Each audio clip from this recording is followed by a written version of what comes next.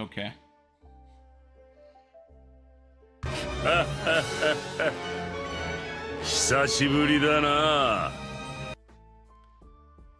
Hey everybody. Like, comment, subscribe. Feeling the vibe. I was talking for about 3 minutes. YouTube apparently did some sort of hiccup thing where I hit live, but then I needed to open the window again, and then it was like, okay, now you're live. So yeah. Appreciate everybody in here. Hit those likes. I wondered why the chat wasn't moving. Hope everybody had a good break week. You know, we had the Theory for Theory with Brago. That was a lot of fun. And I think the most fun thing about it is that the topics that we discussed are not going to spoil. There's things that we talked about that I feel will be relevant even, 40 chapters from now. It's a discussion that I think be able to revisit and potentially find some gems from later on. And we've got chapter 1120, which I already had opened up, but only the first page. So we've got 1120 titled Atlas. So I was saying, is this an Atlas sacrifice? Is this an Atlas death? This is a character I've been completely lukewarm about the entire arc. So I don't care either way. But we've got the next issue of Yamato's Pilgrimage. We've got Denjiro here. Daimyo of Kibi sentences the children. And Denjiro, why you got those kids in a bag? Why those kids in a bag, bro? What you doing, man?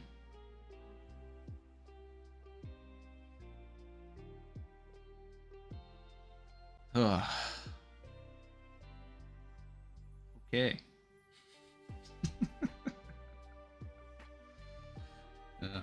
Certified daimyo. Anyway.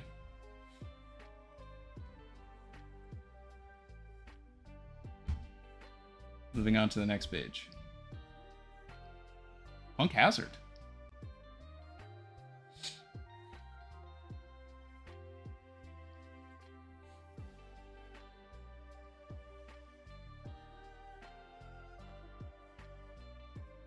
"26 years ago, Punk Hazard." I gotta say, I didn't... With the way the last chapter ended, I didn't feel like we were getting a flashback of any kind.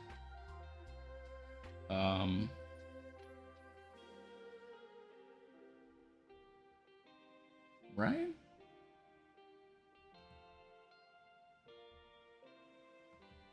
What was the last page of 1119? Oh, it was the stuff about Emmett.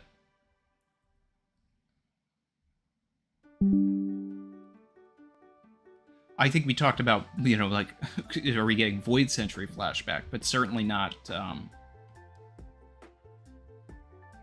Vegapunk flashback on Punk's Hazard. Okay.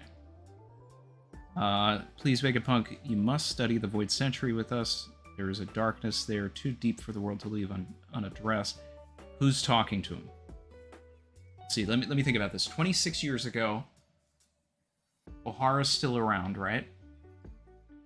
Another one. Are we gonna see Olvia here? Is this Dragon? Are we gonna get the reveal that Dragon is connected to the scholars? Are we gonna see Clover?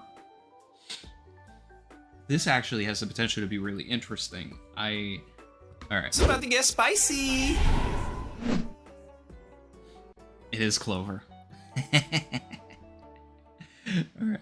The more we study it, the more we require expertise in other fields. As you can see, I'm a government scientist now. I cannot give you any data. Shout out to Lucky98. Appreciate you joining the channel.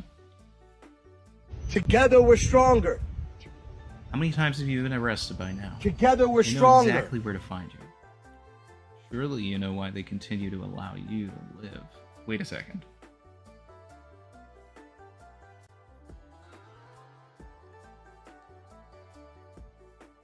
Why do they allow him to live?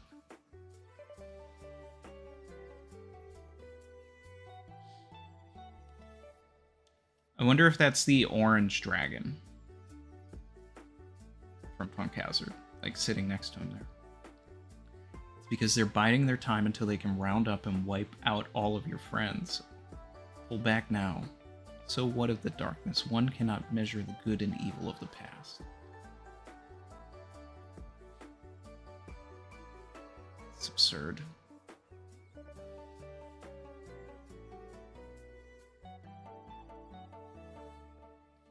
And look at Clover's drip, by the way. Like, he's giving Kureha vibes with the way he's trying to get away with that leather jacket. Shout out to him. But 26 years ago, how many years is that from Ohara? Oh, math piece. Robin was 8. She's 30 now. So 22 years ago? So this is 4 years before that? Is that right? Am I mathing?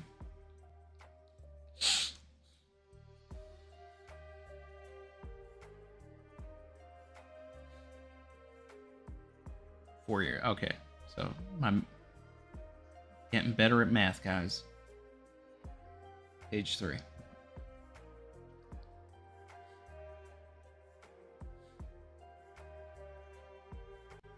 Man, look at what 4 years did to this guy. You know, he really looks like Guillotine here. the new Vice Admiral that I started calling Skunkman. All right, I once saw a man with the name of D killed right before my eyes without warning. Okay. Which D? Rocks?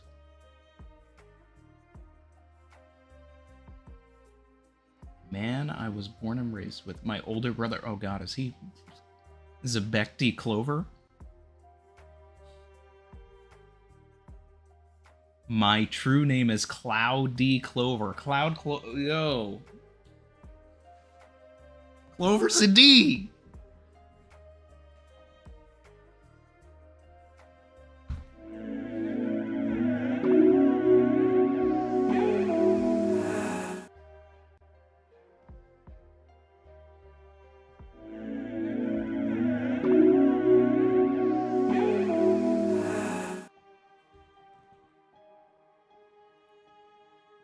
How many D's?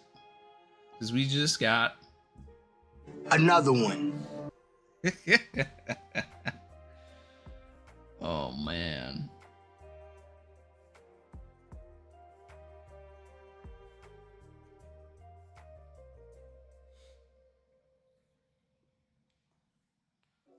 Tomato said, I really don't like this development. Please turn my mind around. Why wouldn't this guy be a D?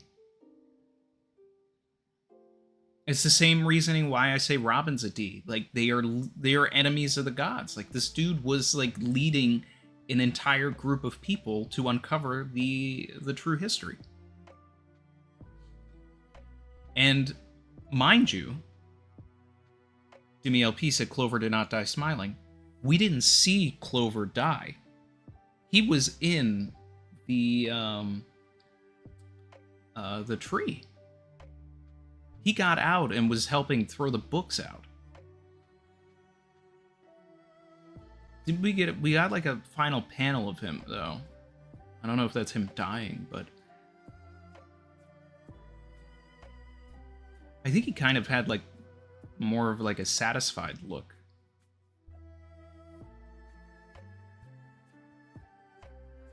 Him at the tree looking at the fire, yeah.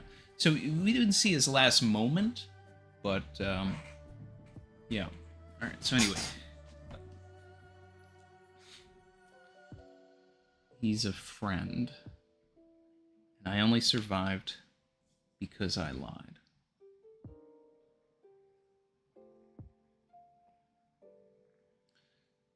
Leonardo Martin said, just to note, Clover's last name could be translated in several different ways. Maybe it's not Clow, but also like Claw. I like the idea of Cloud. I like that because it's the same method that Oda did with Gold. So I like it. How is it right that a person can die simply for declaring the name they were given at birth? There is a secret history whose traces are continually erased. I will not help you with this and forget what you just said. Most I can do is tell you to be careful. I will solve this mystery someday. The voices of the past will be heard. Shout out to Clover. Thank you, Oda, for more context on this goat.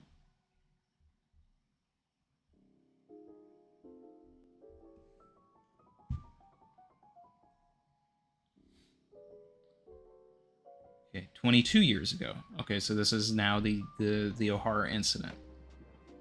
Okay. To hear about Ohara and the West Blue, they're going to place a buster call on it.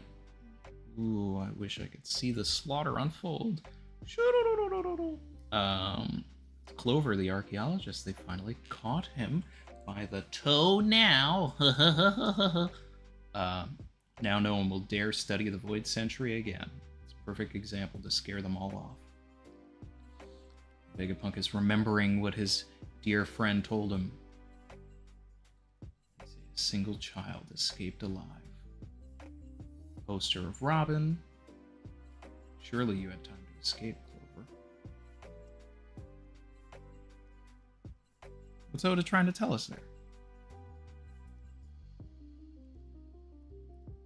Surely he had time to escape.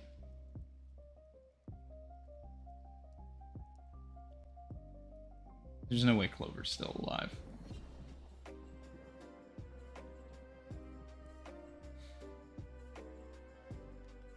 Next page.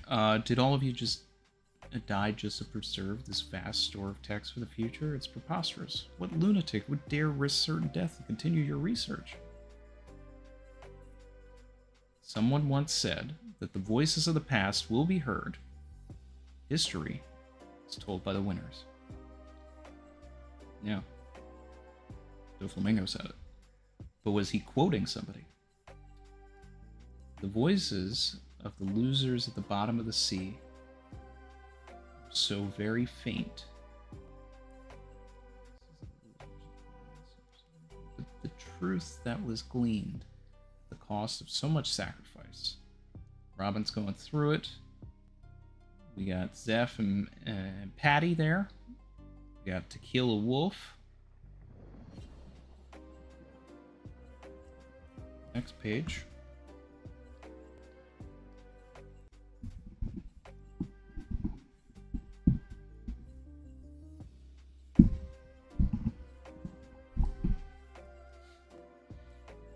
Hey, what are you doing? Has been lost to the world just now. I don't know. At the cost of so much sacrifice, has at last been told to the world just now. Alright, so I'll have to do the Vegapunk read later. I'm trying to connect everything in my head, but it's so deliberate what Oda's trying to do. He's trying to hide all of like the key stuff with Vegapunk in between everything else. Okay. Shoot us off. No, you're not going yet. Horse guy is going to attack us again. And that's exactly why we can't leave. I understand that your ship can accelerate up to fly a distance of 1 kilometer, but if he manages to reduce the run-up speed at all... Okay, we got some science going on here. Your horizontal projection distance drops. It's a northward wind that'll reduce your lift, and according to my calculations, the ship will crash on the hard ground without reaching the water, as long as you don't get rid of that old geezer. It's nice to have somebody smart around. Like I said, I think Lilith is the only one that survives out of the Vegapunks.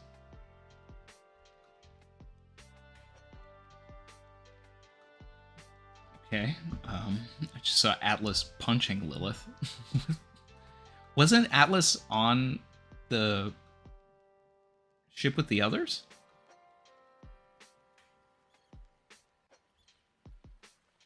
Why did you do that to Lilith?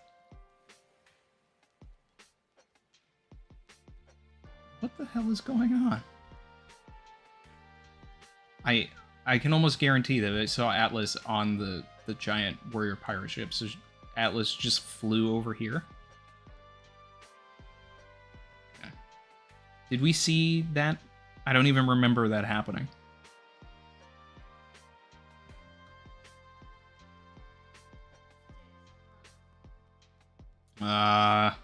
Here we go.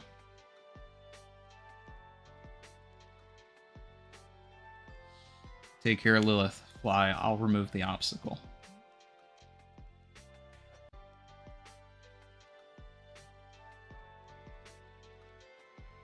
Yeah.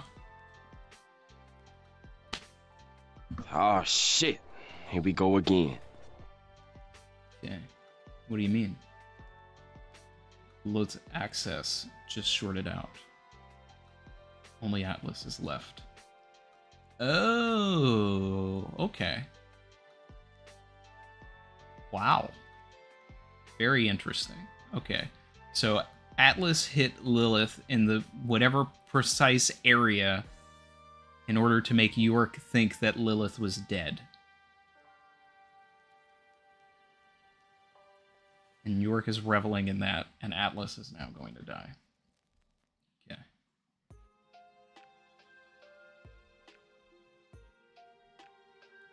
So we've got Atlas flying at Venus. They're going to hide Lilith. It's interesting, yeah. Hmm. Well, like I said, Lilith was the first one we were introduced to, so she will be the last one that survives.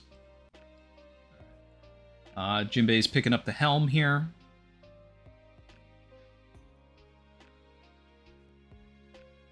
Zoro's giving some orders. I like that. Rook's gonna hit the coup de burst, I think. Yep, coup de burst.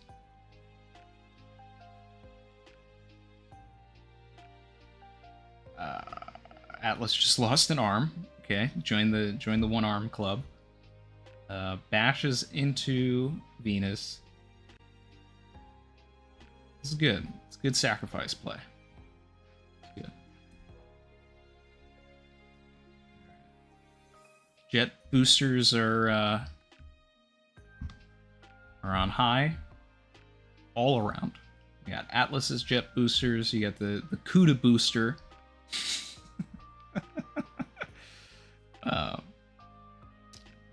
We've got these scan lines trying to show the speed, but it's really giving like chapter 1098. All right. Anyway, I can only pray that this message has made it safely out to the world at large. But what did you say, bro? It's a lot of yapping. Like I don't know if you really told me anything. Anyway, what's happening? Vice Admiral Hound. That huge boar, the snake, the bird, the robot. I don't get it. I didn't hear about any of this. Okay, Luffy's impressed by the giant robot that has just emerged from the seas. All of the giants are interested as well. It also looks like Sanji and, well, Frankie obviously, but is Sanji impressed? Because he was not really that impressed. Like during Drum when they thought Chopper was going to do a beam. Like I don't remember Sanji like getting all googly-eyed about it. He was more playing the straight man in that scene while Luffy was going star-eyed. Okay. Joy Boy, I'm so happy I get to see you again. The robot is literally talking to Luffy. Okay, Oda's having a lot of fun here.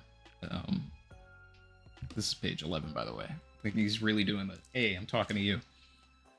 Okay.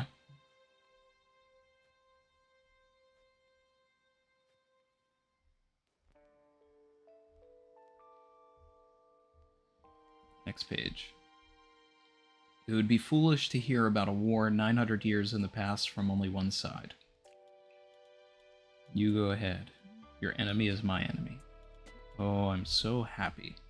I get to fight for you again, Joy Boy. This is amazing. You can talk. Joy Boy's in danger. I must protect him. Seems we cannot end Vegapunk's speech unless we shatter this thing to pieces. How are they in the water? Like, we need some clarification. Are they actually in the water? Or are they, like, using Geppo, and they're above the water? What is this? Sorry, that was page 12. I'm on 13 now. Okay. Get this ship moving. Is that thing on our side, Straw Hat? Well, it says it wants to protect someone named Joy Boy. Who's that? That's right. He doesn't know anything about this because Robin obviously hasn't shared any of that. Yeah. It's saying something, I don't hear it. Yep, so this is the same situation with Zunisha, with the Sea Kings, everything. This is the voice of all things. Don't just let them sail away. Fire. History requires a multifaceted approach to understand entirely. If only I had more time on my side. Next page. We're actually getting more than 13 pages this week.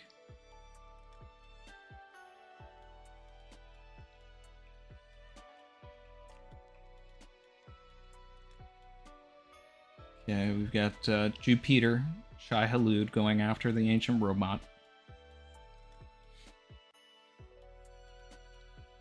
Alas, there are forces outside of my ability to stop. It's winding up. It's going to shoot something. It's going to fire its fist like Frankie. Huh? What? Look out, robot. Oh, it's saying poof poof. So something's not working.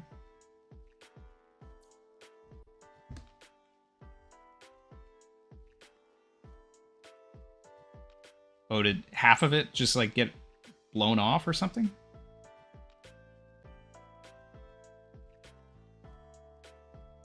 No, Robo! That's a 900-year-old weapon. Of course it doesn't work anymore. It's gonna be really interesting to see it in its prime, though. Alright. Crush it between your jaws, Peter. Stop that transmission. Oh, Saturn's here now. Okay. Well, we're getting a full chapter. It's been a while since we had one of these.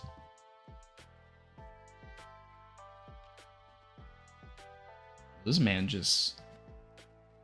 just Spider-Man'd onto the ship. You're not going anywhere.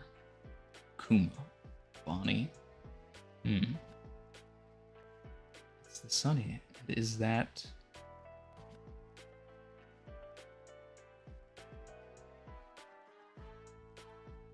Next page. Probably the last one. Let's see. Hang on tight, going down. Wait a second. Are we even going to make it? You would sacrifice yourself? Nope. Extra service on the house.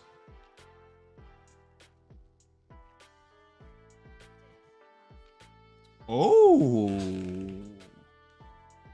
Atlas blew herself up! Mmm.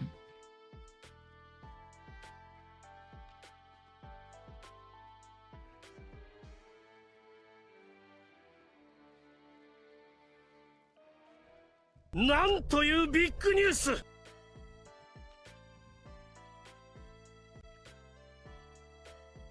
That's crazy.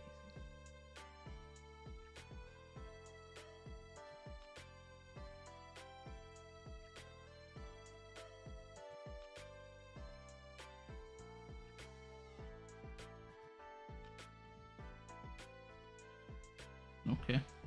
Good job, Atlas.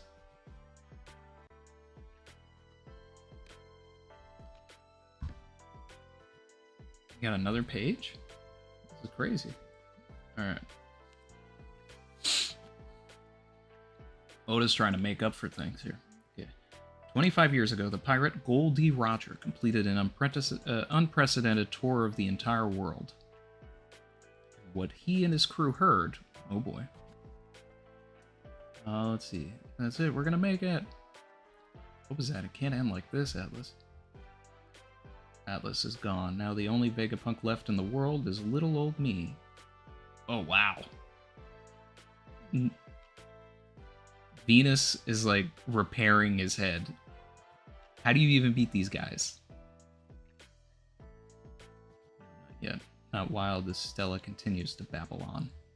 Yes, of course. We'll stop it at once. Uh-oh, I'm all rusty. Joy Boy said when the time is right. I think this counts. I'm gonna use it, okay?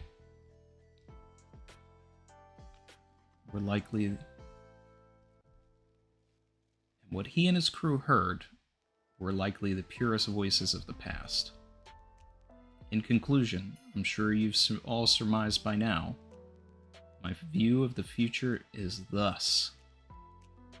Wait, what? What does he mean, Gold D?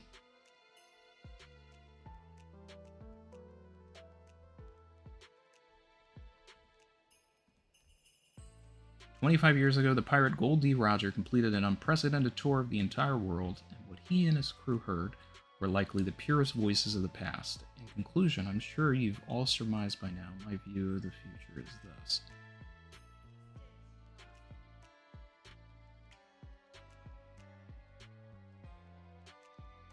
What are you yapping about, Vegapunk? What?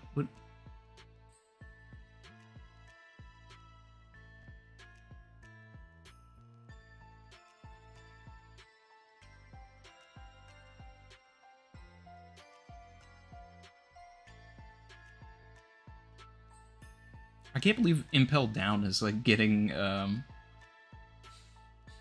this televised.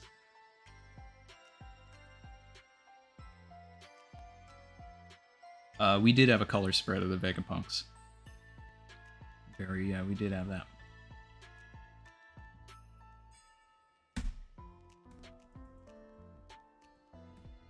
Okay, so solid chapter.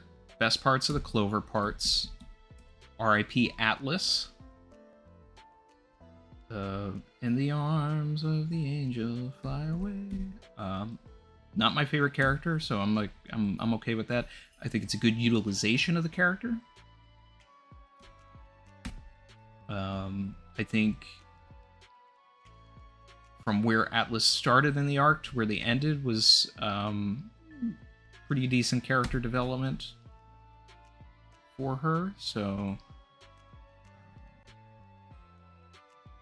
it's not bad. So Wrath got to do the most wrathful thing at the end of the arc. We've got the ancient robot is going to use an unidentified it, which will likely be the thing that allows them to get away from the Gorosei.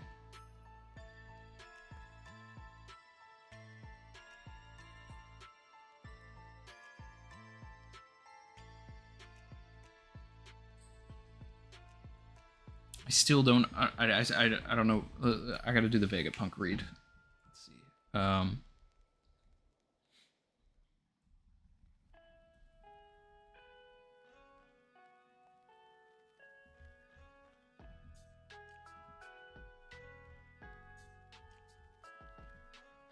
Because here's my thing, right? Like, I love that Oda is doing this whole Vegapunk thing in the first place, but I'm not in love with the execution of it.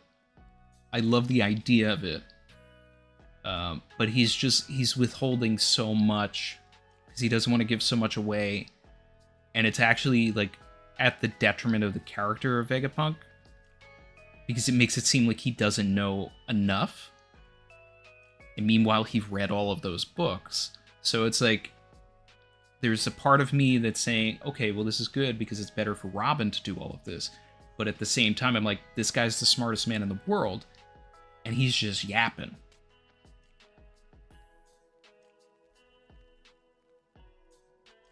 like, it sounds all grand and everything, but really, I feel like the only takeaway is that the world was flooded.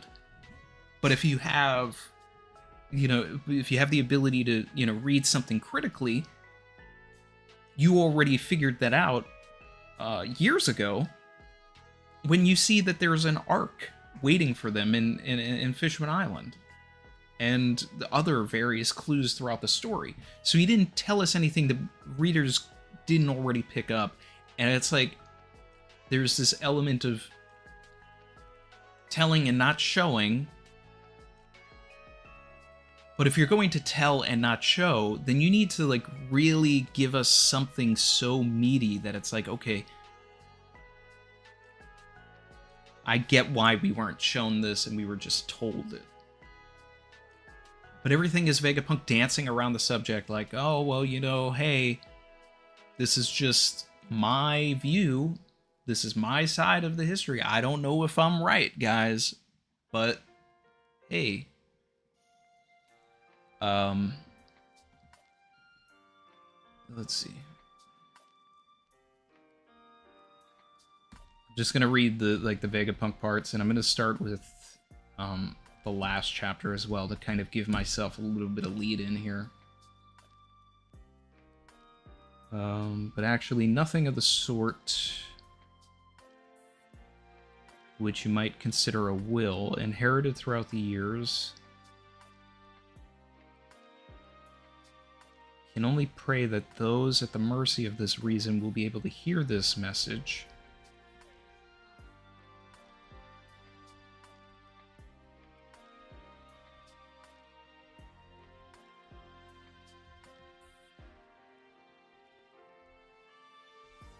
Someone once said that the voices of the past will be heard. History is told by the winners. And the voices of the losers at the bottom of the sea are so very faint. But the truth that was gleaned at the cost of so much sacrifice has been told to the world, has at last been told to the world just now.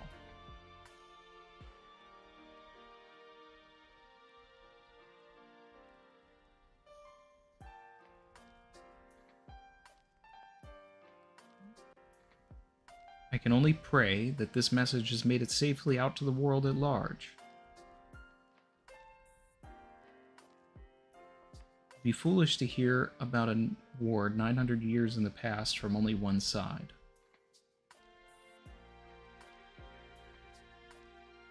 History requires a multifaceted approach to understand entirely. If I only had more time on my side. Alas, there are forces outside of my ability to stop.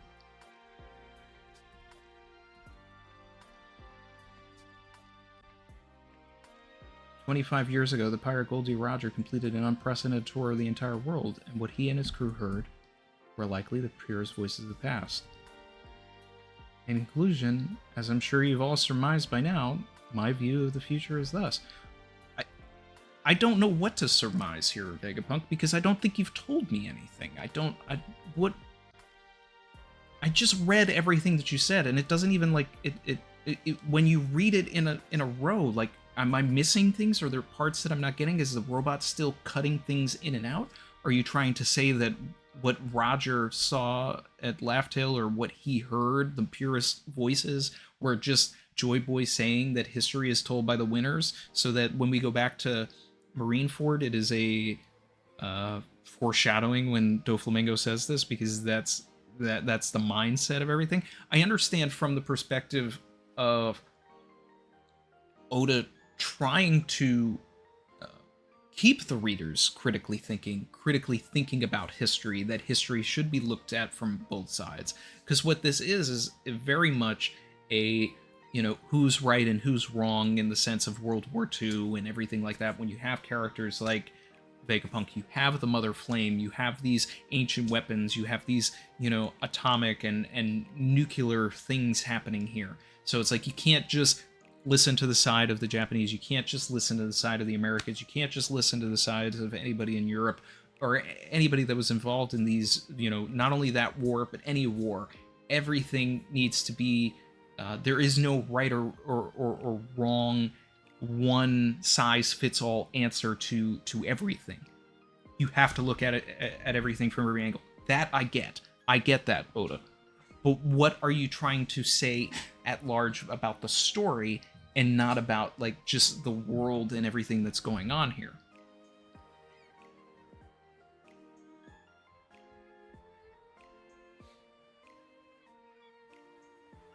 Am I off base with these particular criticisms here, or am I, are there other people that are feeling the same way here?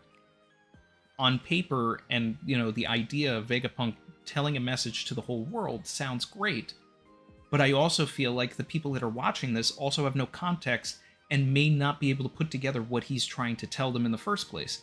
They're just laughing at everything that he's saying, like, oh, the world was flooded. Okay, I feel like that's the only takeaway from all of this. He's talking about Gold Roger. He just revealed that Roger is a D. Okay, the people don't really have a concept of that. He's telling that the people that have the D are special, but he's not telling them why they're special.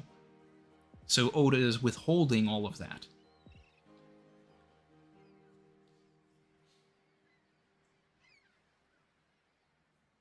Joseph Joestar said he's just stalling and it's starting to hurt the story. I'm inclined to agree. I understand that the One Piece is a mystery. I understand that if the people understand what the One Piece is, or the audience at large, us, if we understand what the One Piece is, interest may wane. Not for everybody. We'll still be here every week, the hardcore fans. But there may be some casuals that are like, oh, that's what the One Piece is? All right, I don't need to read anymore. There are people that think like that. There are people that are not invested in the characters. They are only invested in whatever they just fly through, and it's just like, okay, I don't know what the One Piece is yet. It's just something to do each week. And then for others, it's like, okay, no, like this is this. So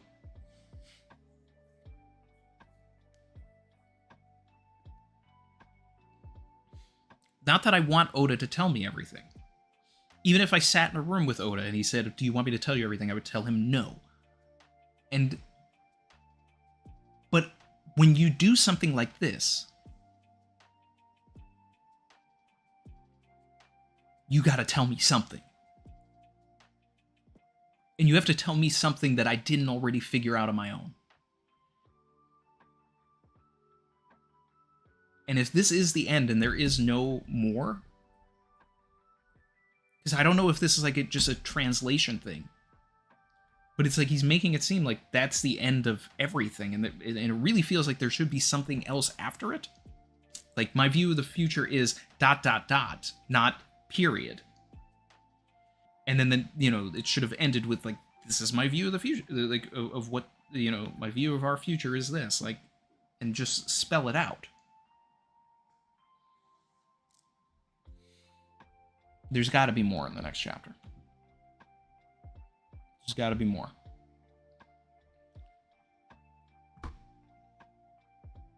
Like, comment, subscribe if you're feeling the vibe, people. Let's get these likes up. We have less than half of the people that are watching right now have liked the stream.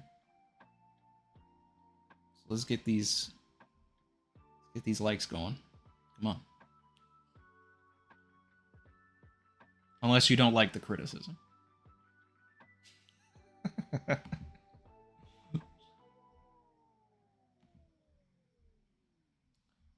All right. I went on my rant. Let's look at the chat. Brandon King supered and said, another translation of Clow is...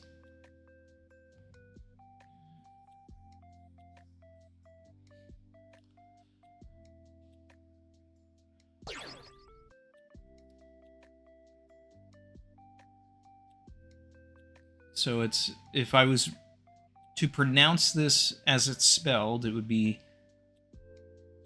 Clyome.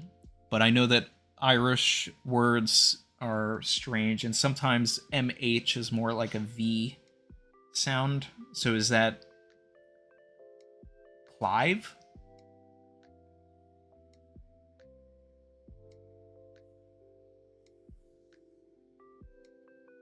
I want to know the proper pronunciation of that.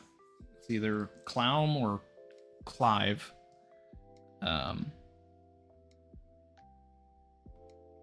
Savage. And it's an Irish sword. With going with the Clover thing, like, yeah, I could see that. I mean, that would be cool if he was a swordsman and that was like the name of his sword. You know, that's the kind of thing that I would see from Oda. SK supered and said, I normally read the scans, but the official dropped on my B-Day today, so I thought I would read it alongside the GOAT. Glad I waited. Peak chapter. This is, I mean, you got a solid birthday chapter. You got a character death, you got a Clover flashback, you got some ancient robot stuff here. So drop some happy birthdays to SK in the chat. And we'll also do the thing. Happy birthday.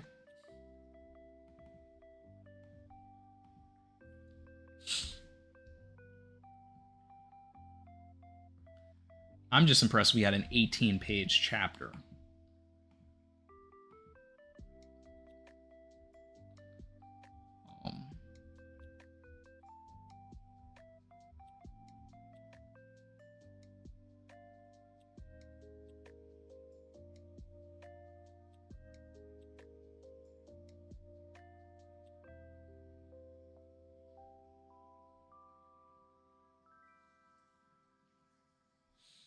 Orbital said, how can you complain that we already knew that the world is being flooded when everybody in the One Piece world is surprised about it? It wasn't a message for you, it was for the world to understand. I can be upset about it if there isn't something else in the message that I didn't know about. I get that the world needs to understand that for the plot. And I think as I kept talking, I probably mentioned that, and that is from earlier in, you know, the stream. I just needed more for us.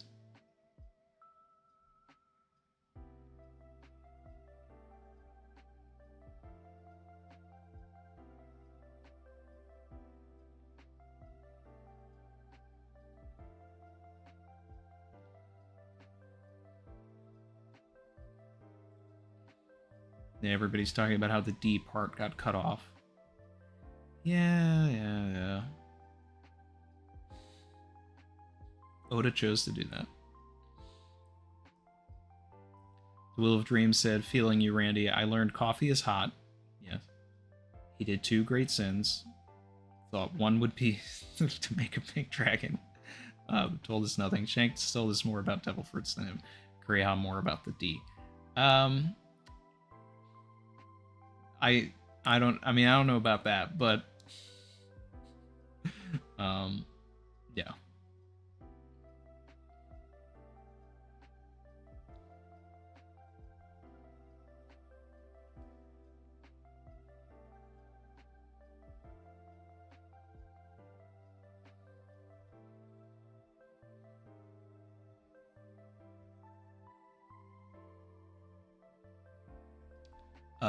Shout out to Josh Thunder 2. Appreciate the 20. Said, I'm not sure what the deeper meaning of letting Lilith the evil one live. What does Oda mean by evil? She doesn't seem that bad. Thoughts? Well, let's go to the hyper extreme, right? Lilith joins the crew. If that's the case, which I think anything is possible, right? The crew in itself has an evil theme going on. Demonio Floor, King of Hell, Brook and the Underworld,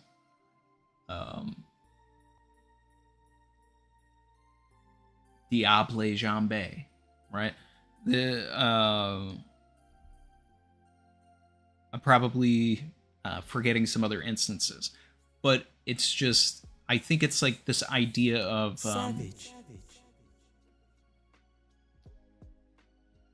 changing the way we view that word in a way, because I haven't really seen Lilith do anything too evil other than like be selfish. Like I would say that she's like the selfish one. Savage. But she's pretty rational. And she has helped our guys out.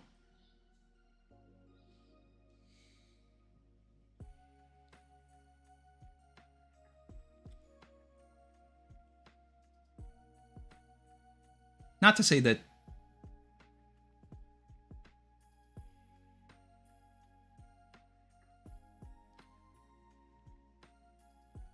she will join, but clearly she is riding with us to Elbaf, so she'll be with us for a little bit. I think keeping the evil one around is an opportunity to show that there is good and evil, probably. You know, I think that's something that Oda likes to do. He likes to, you know, like flip things. So it's like we'll know that she is categorized as the evil one, but we'll also see her do sacrificial things and things that, like, you know, go against that description. Brandon King said, yes, it's Clive. Savage. Look at that.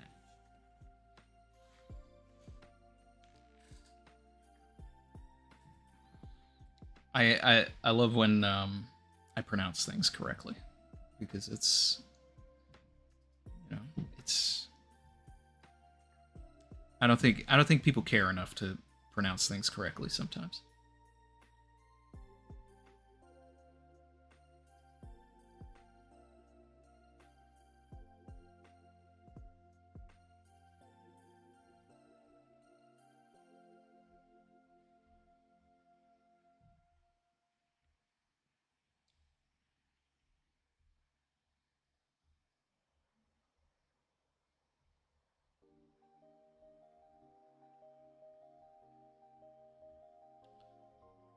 Catching up.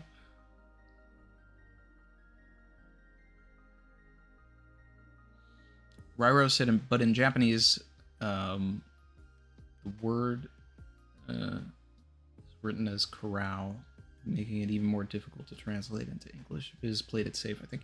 I think it really is cloud. Like, I don't think that that's really playing it safe. I think, like, Oda is literally just doing what he did with Gold Roger.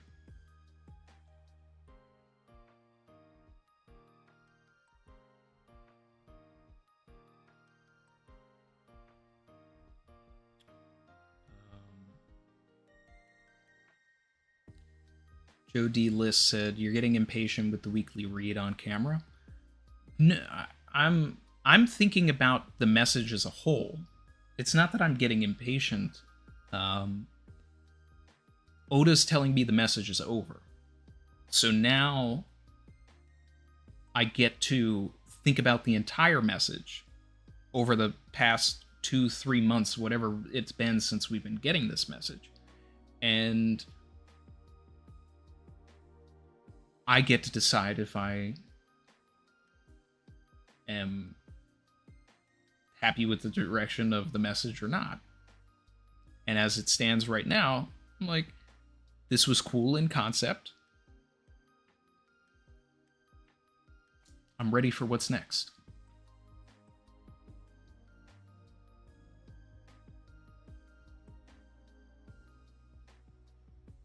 And I'm just glad that Robin gets to be the one that's actually going to really tell us things later on.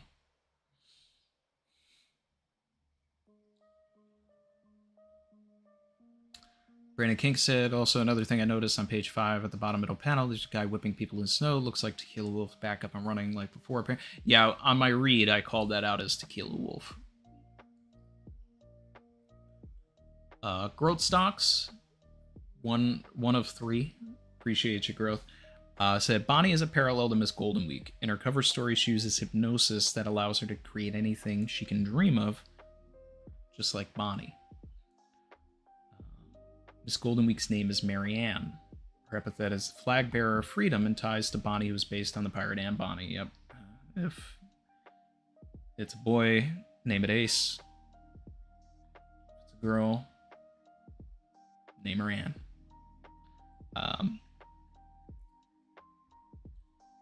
Growth Stocks Part 3. Marianne and Bonnie are based on 2 pirates mentioned in the Chapter 50 SBS called Mary Read and Anne Bonny's. Ace's name was Anne, and so was early Nami.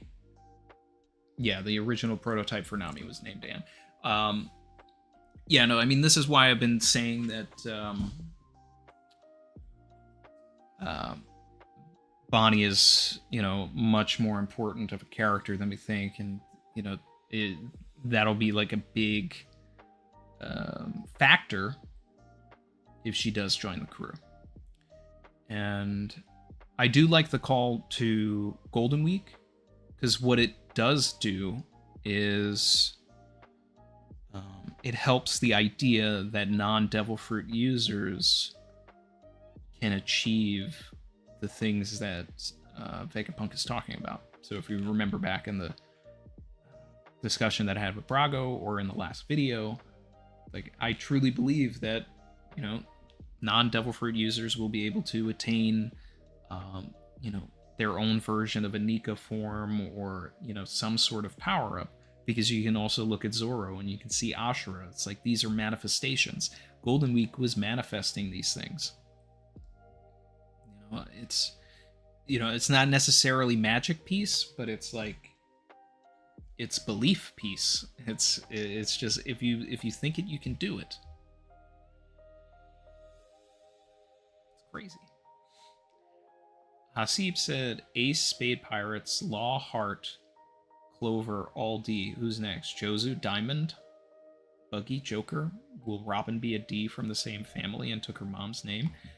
I've been saying Robin's a D for the longest, but I also think that she is that she's actually like Dragon's daughter. So I think there's still a possibility for that, or that there is a hidden monkey family member that may be, deceased now, and that's who Robin's dad was. Because you can't be the world's most dangerous criminal and not know things about the past in the One Piece world. So that means that Dragon has some sort of like archaeological bones in him, or someone in the monkey family did, and Dragon is carrying on that legacy. But Robin, the Clover being a D only makes the case for Robin being a D that much stronger.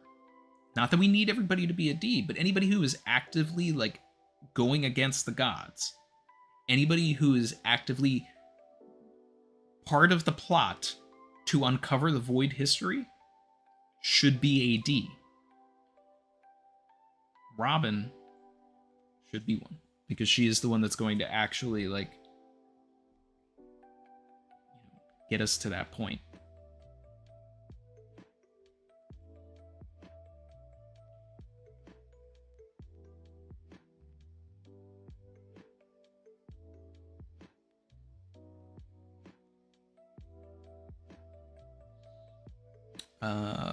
Would I like it if Robin was revealed to be Clover's brother's daughter?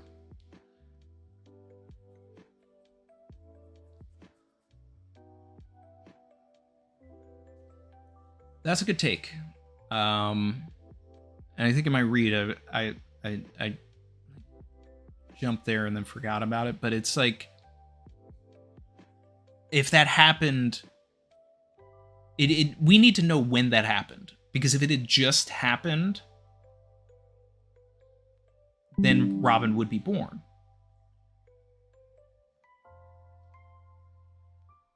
But if it happened years prior and Clover was like, it's more like we need to understand the timing there.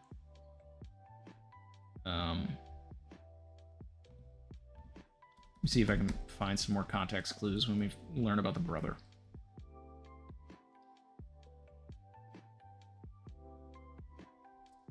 I once saw a man with the name of D killed right before my eyes without warning. A man I was born and raised with, my older brother.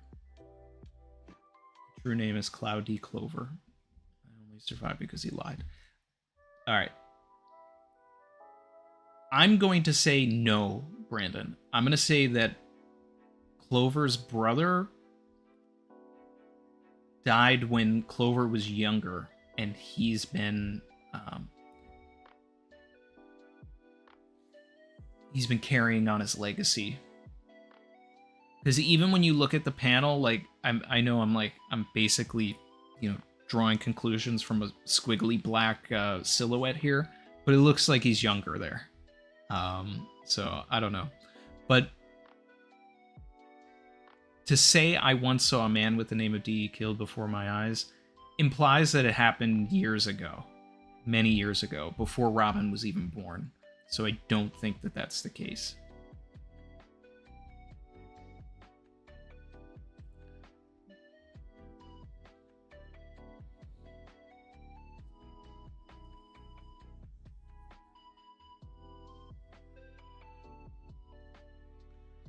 But one thing that I think the one question I have is, why now, Clover? Why 26 years ago did it feel appropriate to try to bring Vegapunk into the fold at that point? Were you getting closer?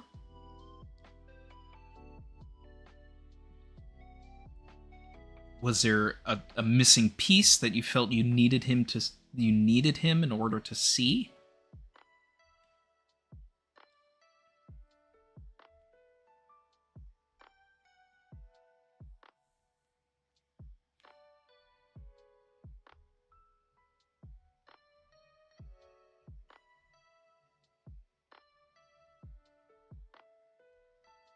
Because this also implies that they've had a relationship before this. This isn't the first time they're meeting.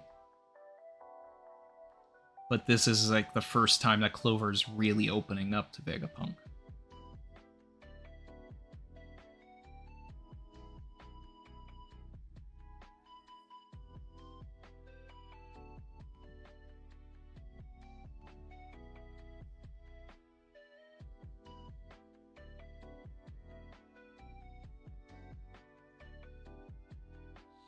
Steve said Clover was 85 when he died. Yeah, and his brother would have been older, so...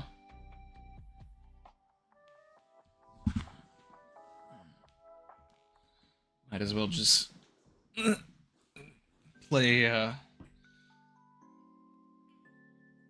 Kendrick doing hopscotch at that point. Say, Clow, hear you like him young. Yeah, I don't think that that's the case. But if that guy had like a son or something, like Clover's nephew, that could be it. That then he's Uncle Clover. I see Uncle Clover in the chat there from Barry, like that. I can see that.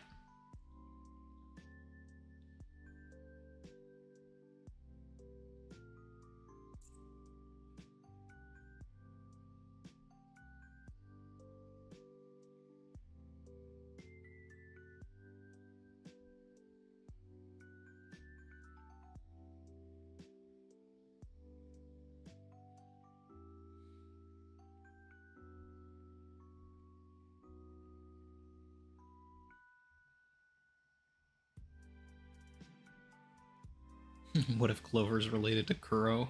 Kuro.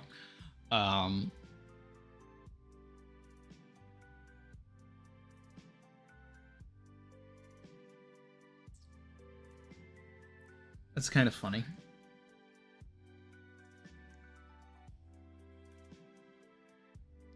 Because I feel like there's a lot of wordplay involved in that anyway. Because Kumo is Cloud. Kumo.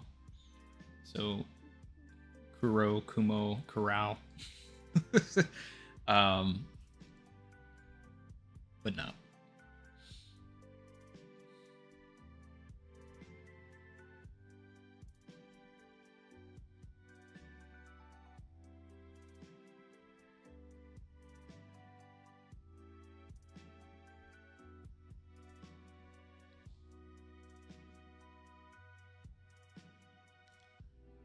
There's also Corral City in Zo.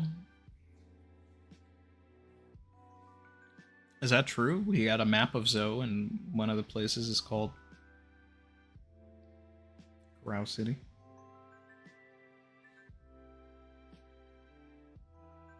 I mean, if that's the case, then I feel like Oda's just showing his like Star Wars fan hand there. He might as well have just called it Bespin.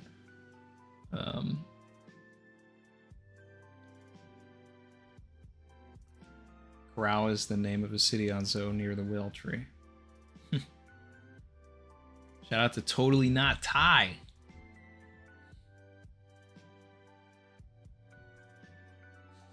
Put those W's in the chat, guys.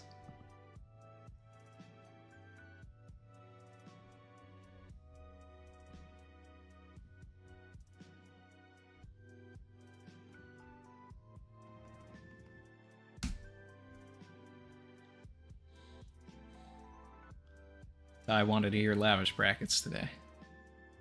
I appreciate you, brother. He said, sorry I'm late, Captain. I got questions. What was that skull on Punk Hazard? So we've seen that skull. It was there during Punk Hazard as well, and was one of the things that was like tying us to Kaido and Onigashima, because I mean it looks like the same same skull that we were seeing there in the first place. Let's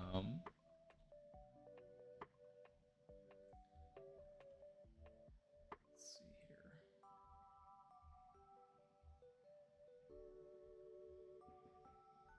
I want to go back to that page.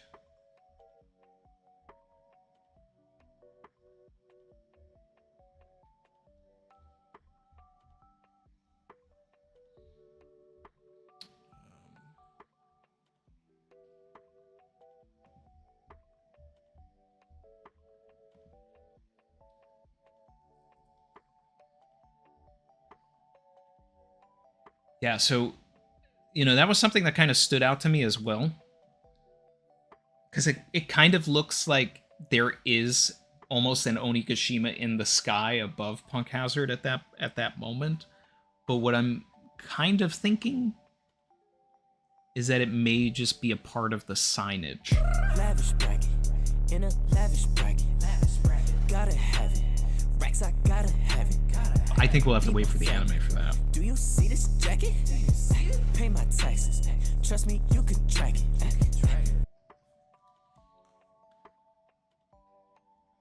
I don't know if we're gonna get an answer on that one right away, but it is curious.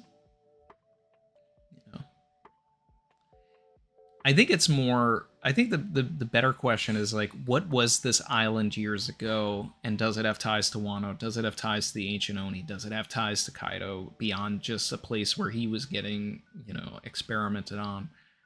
I feel like the logo of all of it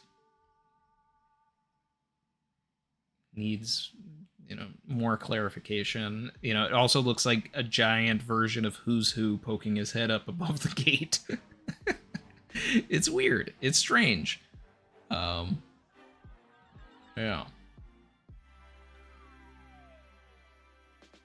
And then Ty said, how long do you think Oda keeps up the running gag of Luffy not knowing Nika and Joy Boy? I think it ends in Elbaf. I think Elbaf is where he really, someone really sits him down. And this is what I've been saying about Elbaf in the first place. It's like, everybody's like, it's going to be an Usopp arc. And I'm like, yeah, there better be the Usopp element of it, but it's going to be the most Luffy arc we've ever had. So that's when Luffy's going to learn everything about that, about Nika, about Joy Boy. He's still not going to care.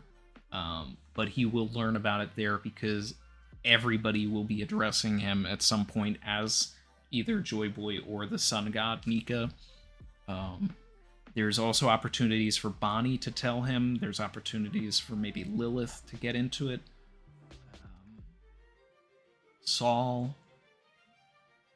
Dory and Brogy could also mention some things. I mean, I feel like Luffy would listen to Dory and Brogy more than he would the others.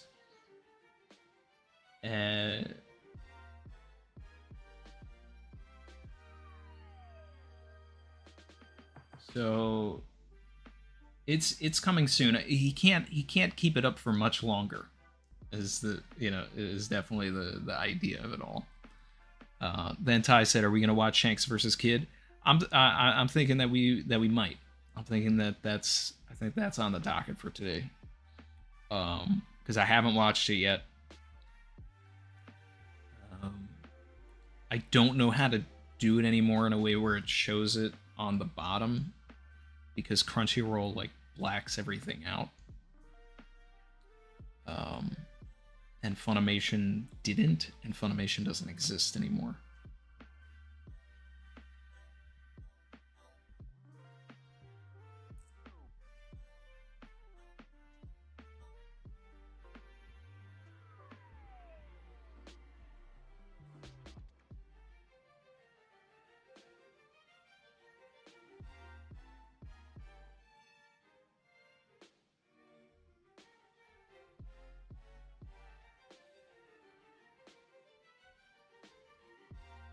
Catching up here.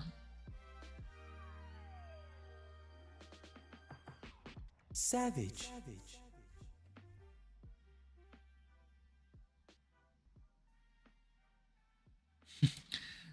Bishna said the thing poking over the gate is the coolest of the Yeti brothers. The coolest Yeti cool brother.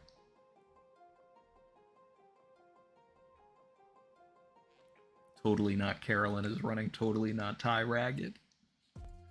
Barry, speaking of the anime, are you caught up and will you be watching the latest episode? You know I gotta be seated for that. We're here for fight night. I'm actually ready for fight night. This is the answer. Savage. Has always been part of the plan. Growth Stocks, super appreciate it, said Chapter 595 was an early look at Punk Hazard.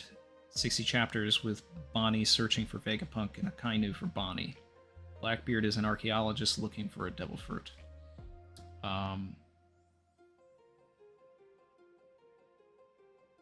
Yeah, we know Blackbeard's an archaeologist from the SBS.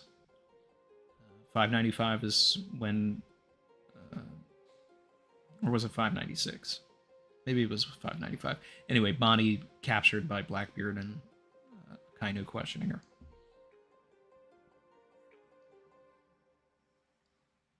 Oh, no, wait. Wasn't it? Yeah. We got an early look at Punk Hazard with the Stop at Vegapunk chapter with Caesar, that little flashback. And then we also got it an even earlier look. You loyal. With the Kaido flashback, with King and everything. How many years ago was that from this flashback, though? I don't know.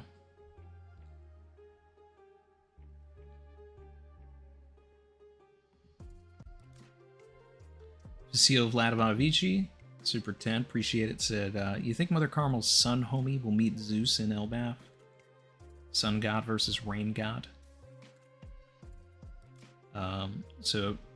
Prometheus. Well, Mother Carmel's son homie was Prometheus, and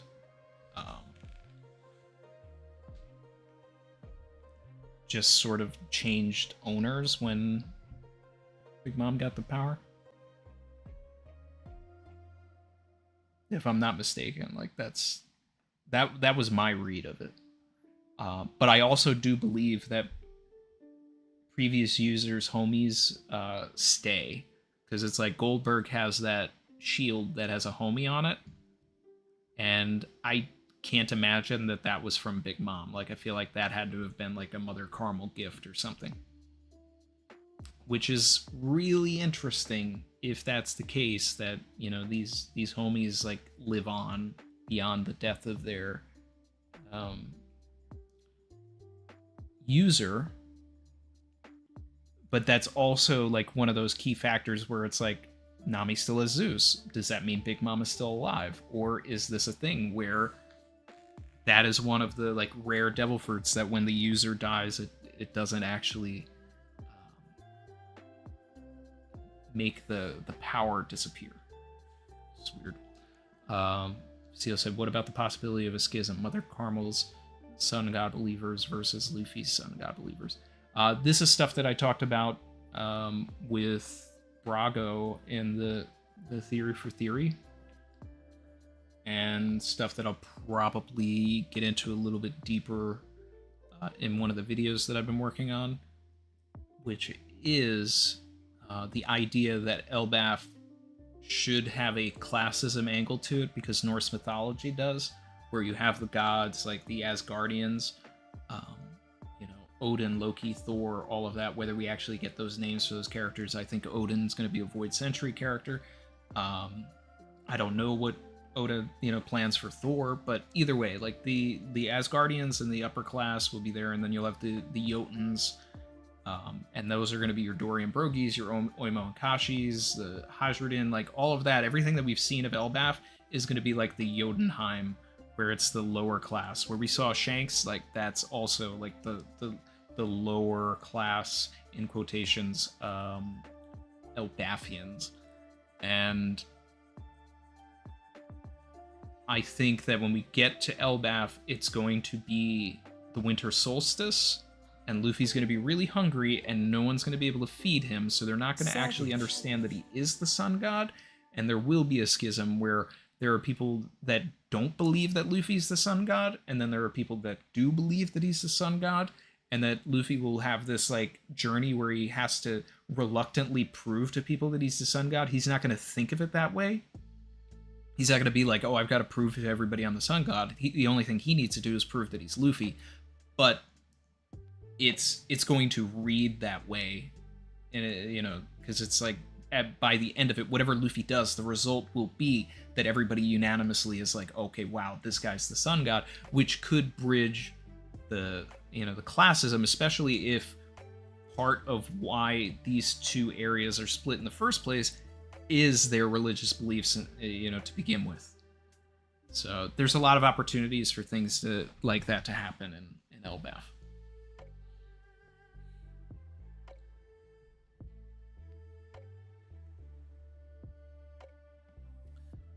Tyrannosaur, totally not Tyrannosaur. Member for 31 months said, CR blackout screen recording. It can't stop a mirror. Is that a like an app? CR blackout screen recording.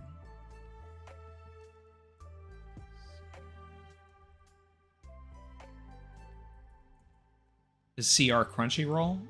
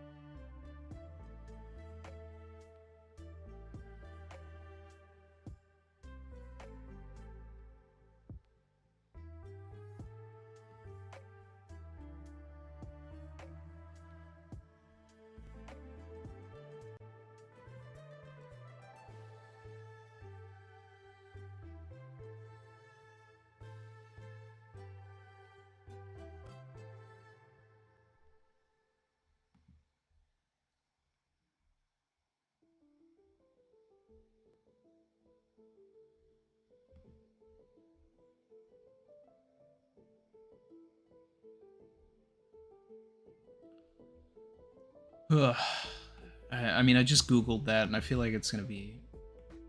I gotta figure that out.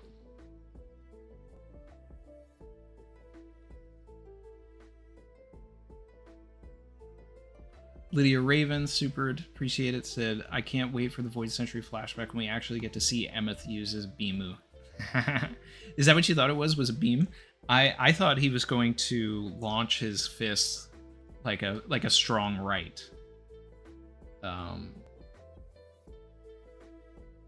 like, or like do like a rocket fist of some sort.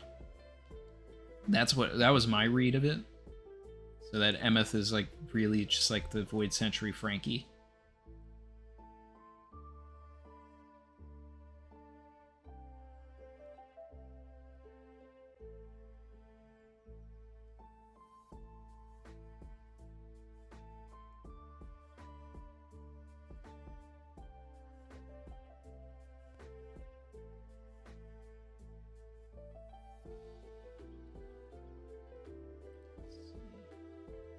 Big Stinky said Chopper gets a 4-legged Fenrir point in Elbarf.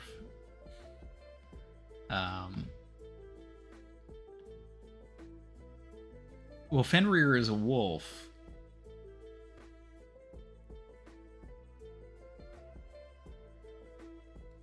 See, now that makes me wonder if there's like a Norse stag or something. I can't remember. There's like a stag or a deer that's important to Norse mythology, because if that's the case, then that would be more likely.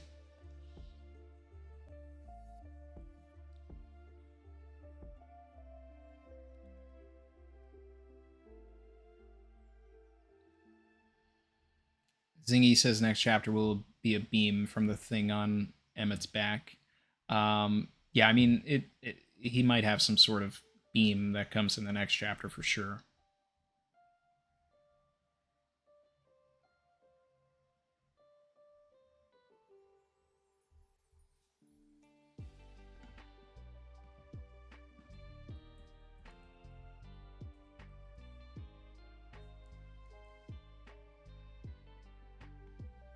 Here we go.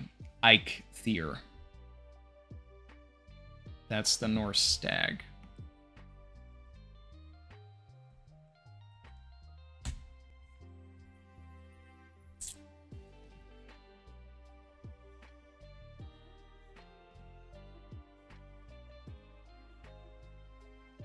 That's the Dark Chopper right there. That's wild.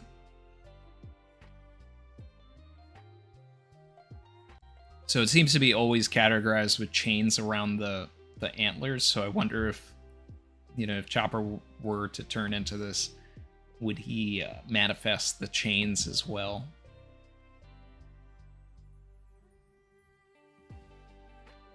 I mean, he'd probably have to in order to keep the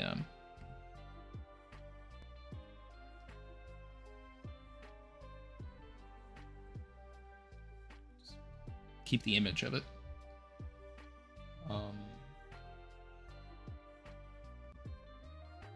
Let's see here.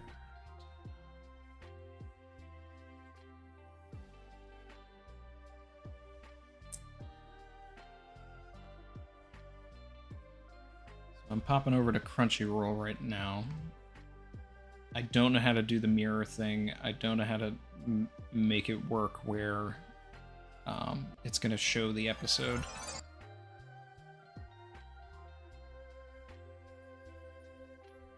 Unless there's like a YouTube version that they haven't like struck down or something. That also isn't like sped up or something crazy.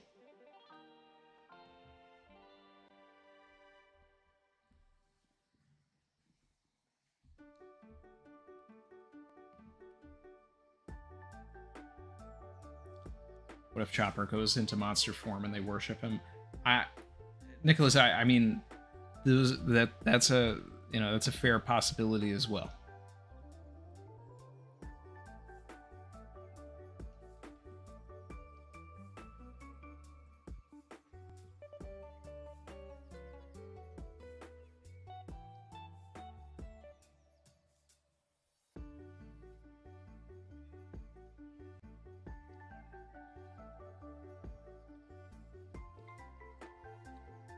Adam has said, Dane, Valen, Dunir, and Durapur are red stags that feed upon Yggdrasil.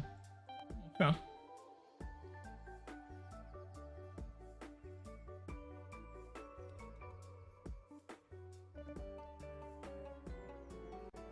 Then... let's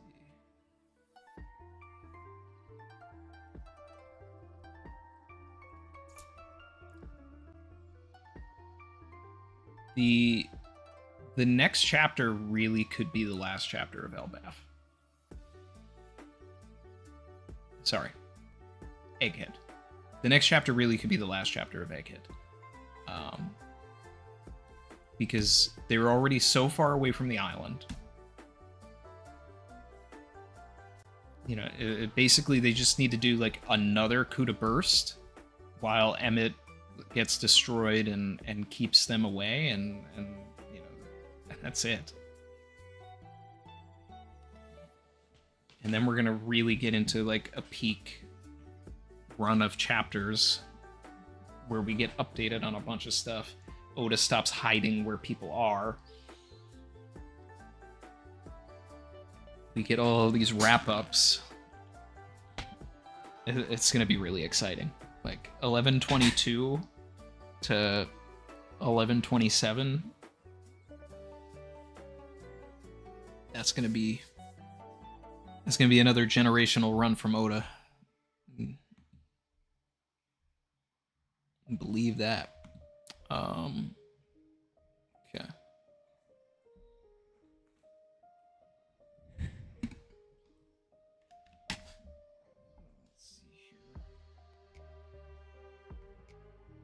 All right, I'm setting everything up to watch this Fight Night episode of One Piece.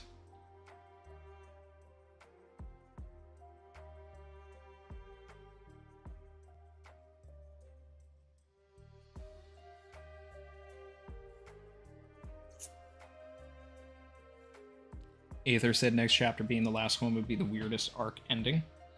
I mean, we just had a sacrifice. We just, you know, we're having another sacrifice. We'll probably have a third sacrifice with Kuma. Like, if we stretch this out, then it's Kuma dying.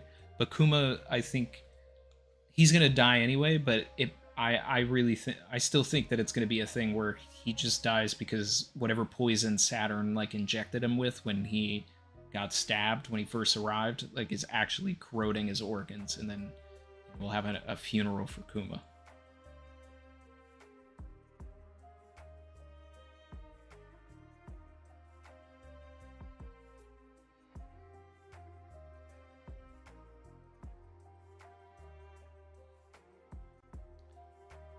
Brandon King said theory on the next chapter. Vegapunk reveals a flashback he had talking with Clover like Roger and Whitebeard. Except this time, the story about the D doesn't cut out. We hear it.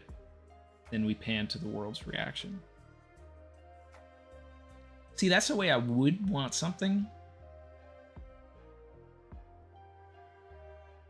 That's exactly what I'm talking about as far as, like, show don't tell. Because it's like, now I'm not hearing what's being told. I'm actually seeing the conversation that was had between two individuals that I actually want to hear talk to each other. And then seeing the world's reaction of, like, him voicing that interaction, that's the correct way to do it. I don't think we're going to get that, though. But I would love that.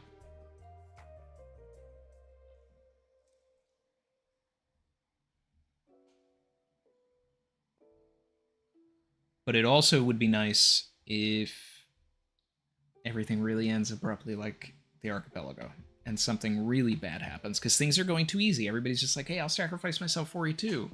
You know, like Edison already did it. Atlas is doing it. Emmett is doing it. Kuma would be the next one. Then it's like, what, the Giants? It's like, how many people are we, you know, feeding to these guys?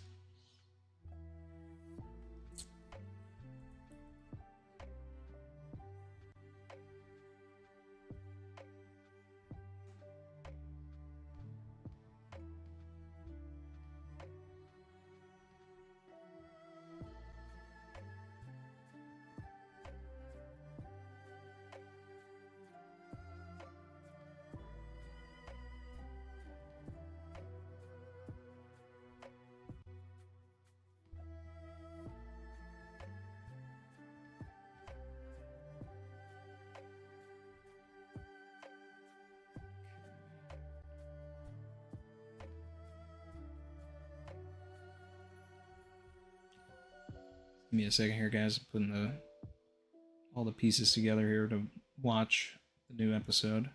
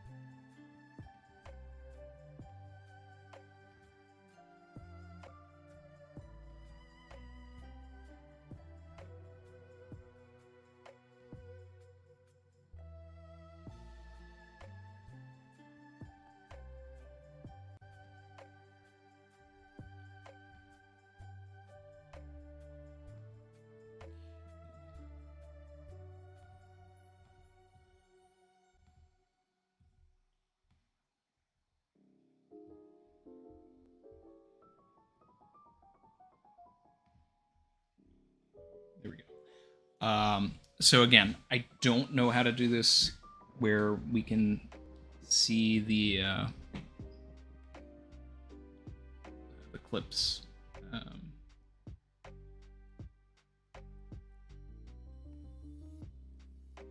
Don't know how to do that anymore. Not without Funimation.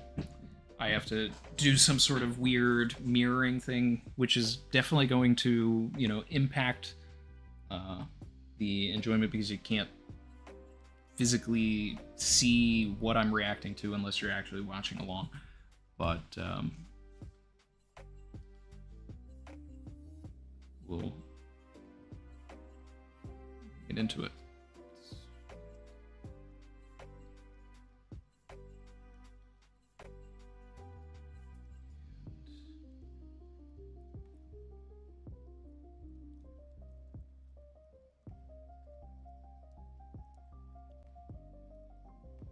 Pop out the chat here.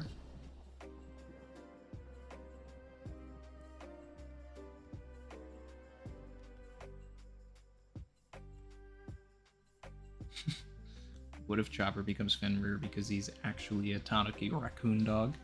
That's funny.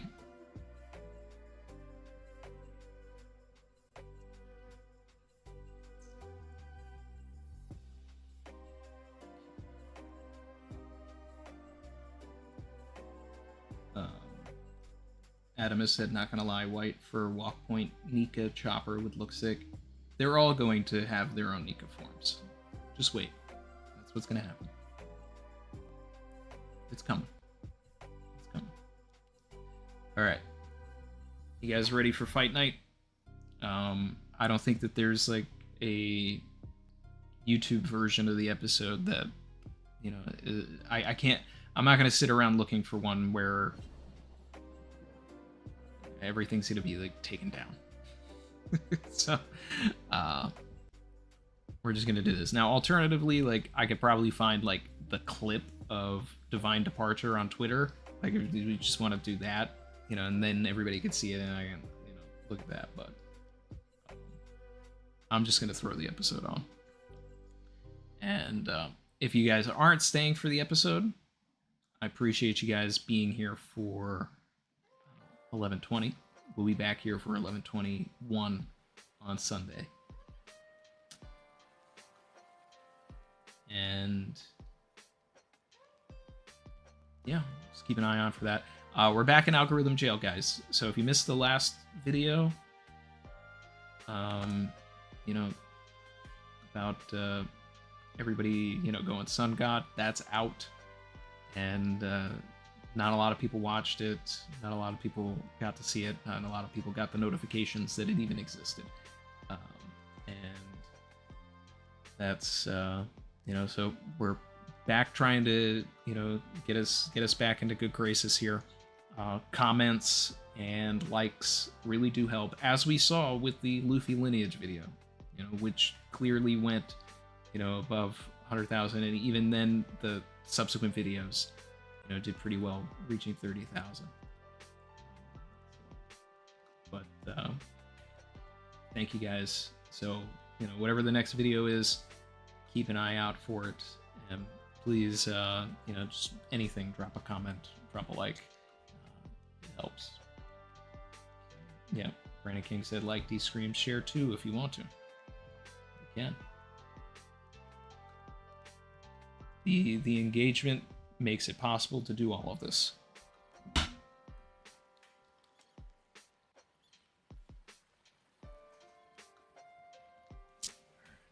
We're gonna get started here and watch the episode.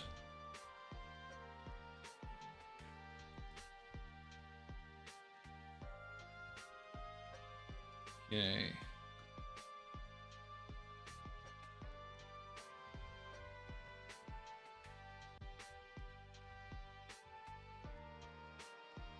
Three, two, one.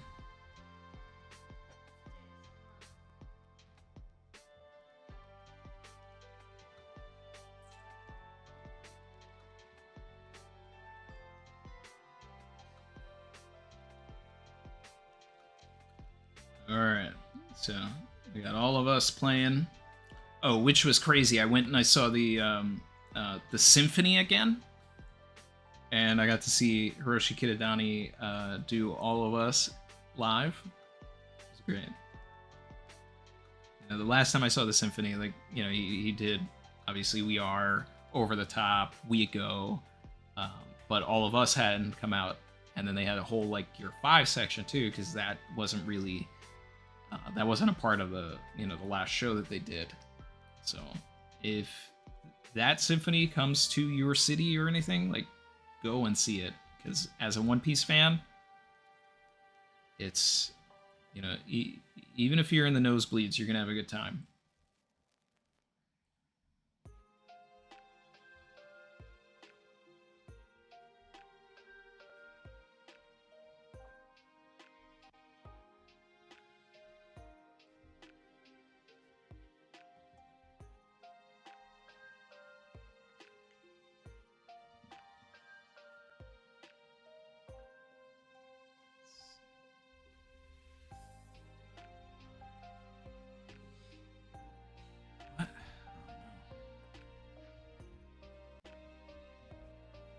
Crunchyroll just crashed on me.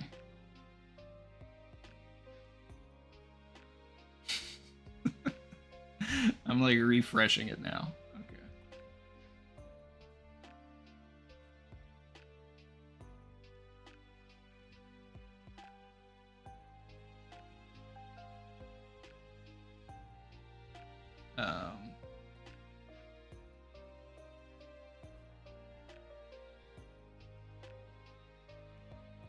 Alright, hold on, I gotta fix this.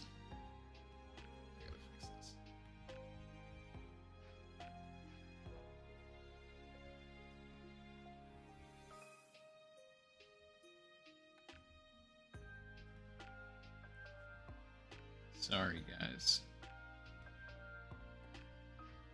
Blame Crunchyroll.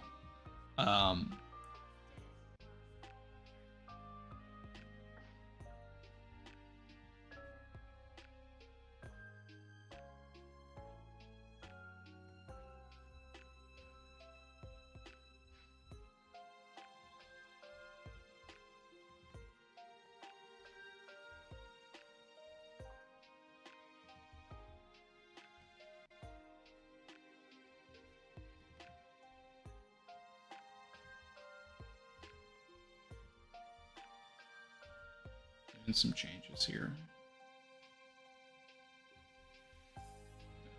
So, I'm at 2 minutes and 16 seconds, and I'm going to let the episode catch up to that and then start the timer. Crashy roll for sure. I'm loving the, like, they're really going for the cinema view here. They put this fight in 30 millimeter. All right.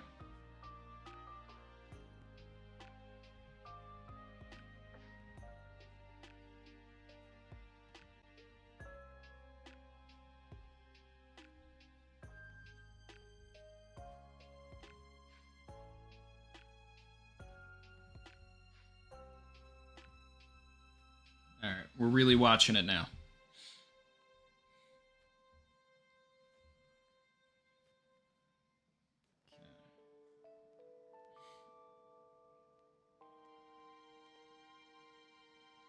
Clash. Shanks versus Eustace Kid. Fight night. Yeah. Several hours ago. This is going to be York giving the order to Snake.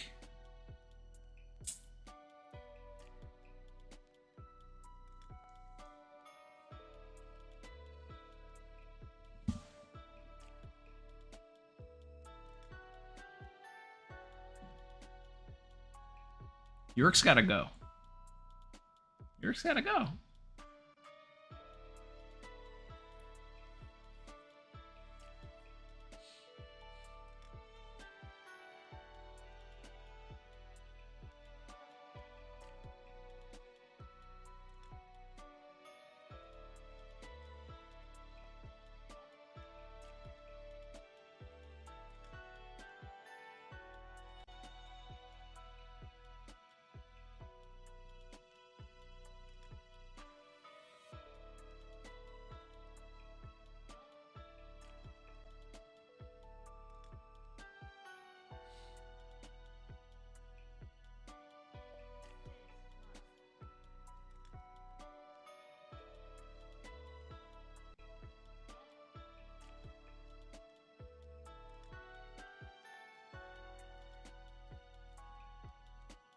I remember when this chapter came out, this was the worst part of the chapter. Yeah, obviously, like, you know, you have all this stuff going on in Elbaf, and it's just like, okay, not invested in this York stuff. If I had to rank like Oda's best traders, York is definitely like the worst one at the bottom.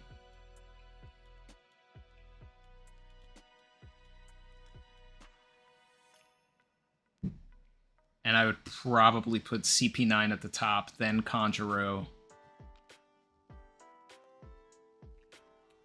I mean, that could probably be like a pretty good list. Best traders in One Piece.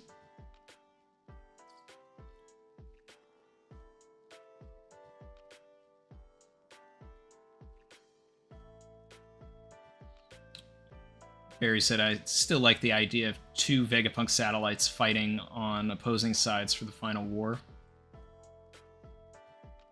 Yeah, I mean, if Lilith sticks around too, like, you know, that's a potential like fight matchup as well. Alright, we're back in Elbaf. We've got the random kid pirates that we've never seen before that are unnamed. Heat and Wire.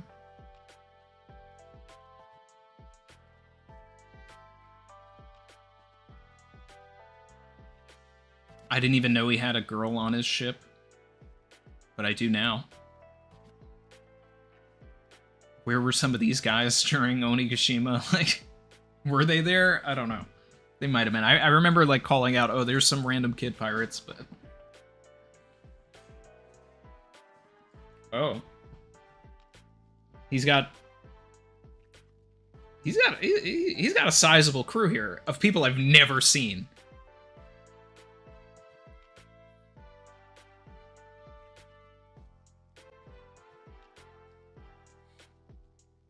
We're gonna see the Puddle Pirates in 8K. There he is!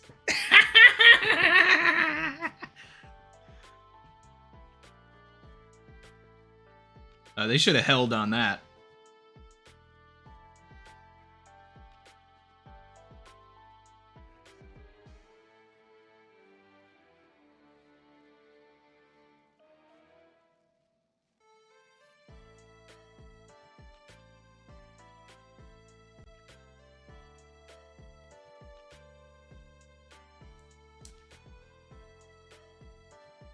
We now have the color scheme for the Puddle Pirates, guys. That means we can get Puddle Pirate merch!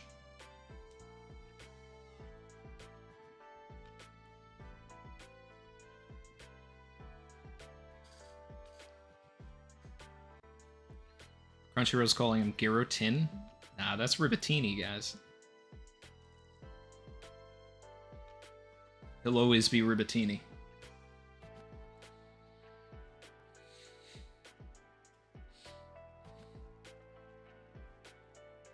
Alright, Shanks is pulling up.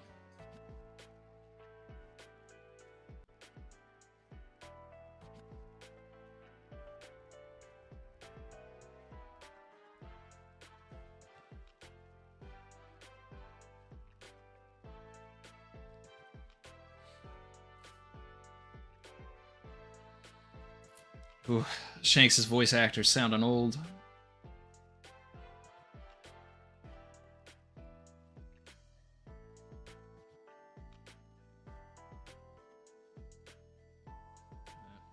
That's what 27 years will do to you.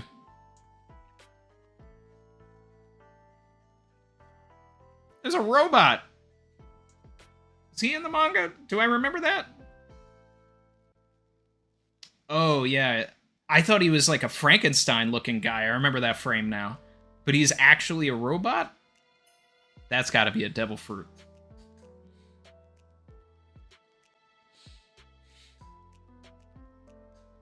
That dude's whole face is just steel. That's actually one of the craziest characters we've ever had in One Piece, because I don't understand how that guy exists unless it's a devil fruit.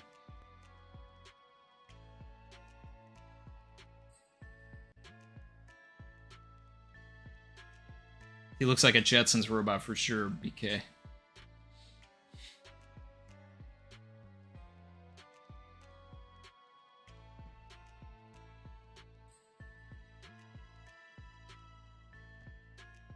Savage. Our allies are famously weak. You really called them out.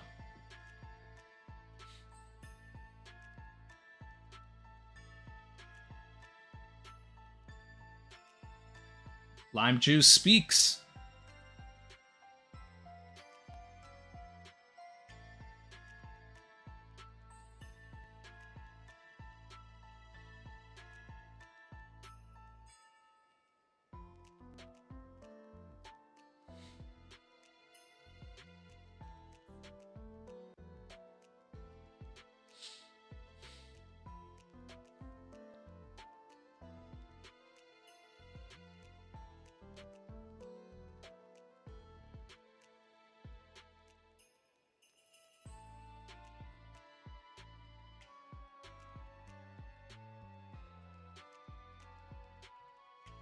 I love how they're, you know, like, even in this chapter was giving a bunch of, like, just fleshing out his crew a little bit. Like, it makes me really appreciate Hongo. Like, this man just, like, he's the information guy. Like, I want to know more about Hongo. Like, where's his computer? Like, where's he getting this information? What's the, you know, what's the story? Ribatini! God, Ribatini looks cursed. Like, he really has, like, frog fingers, too.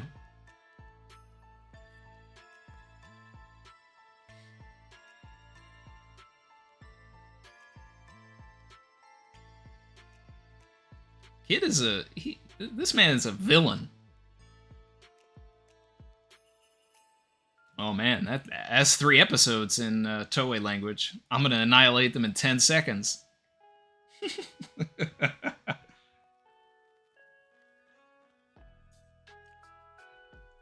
Lime Juice is Brandon's underrated red hair pirate. It's Hongo for me. I'm putting stocks on Hongo right now. I want to know more about Lime Juice also, but it's Hongo.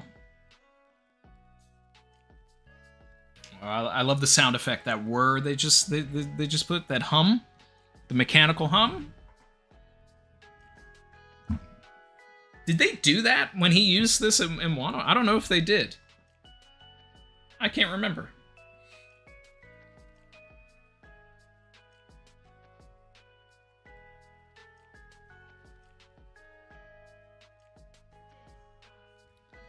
It's getting a little too stylized for me.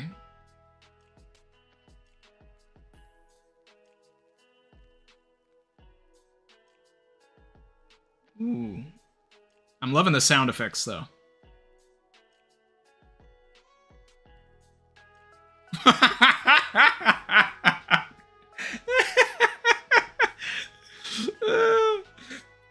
Ribatini getting obliterated did it for me.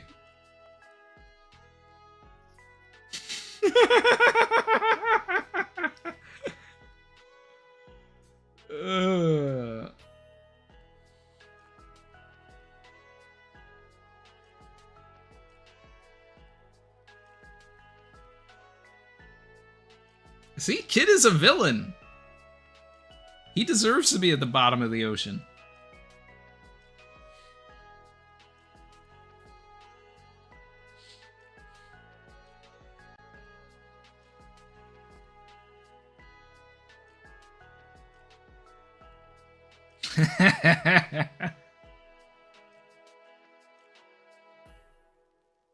Oh man. I got the goosies.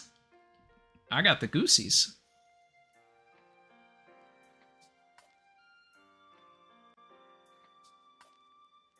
Oh, there he goes.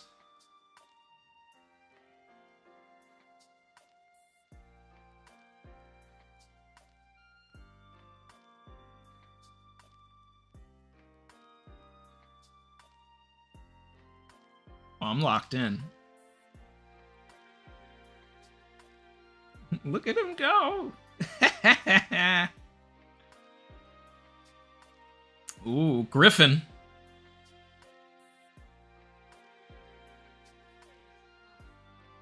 You wanted to see me? You were looking for me, right?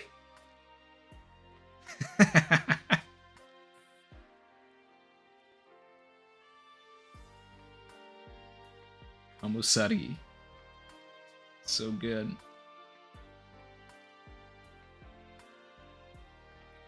He even said it like Roger. I love it.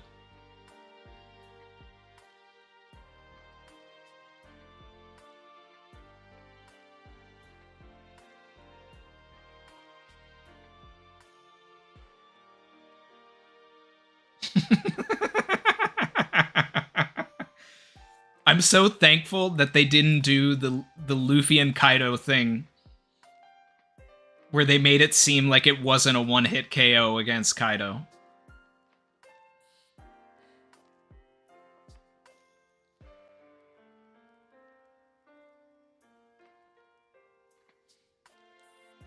Look at that. Oh, wow.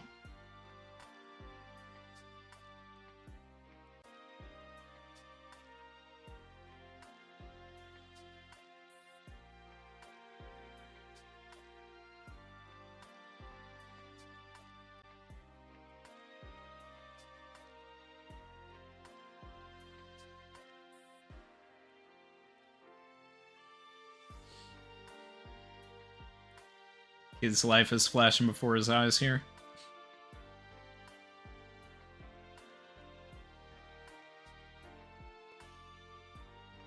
You keep telling yourself that, buddy. This man's really fluffing himself.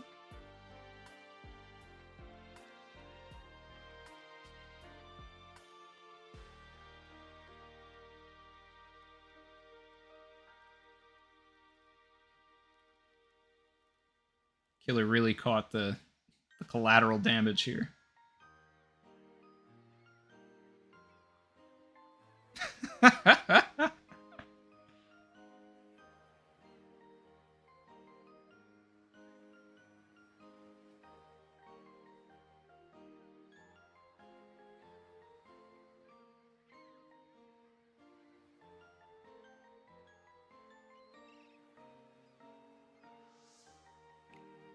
These scrubs.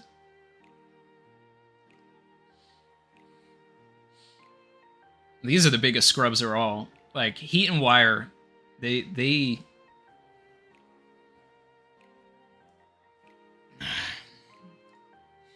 Emma. Okay, we got a name for one of them.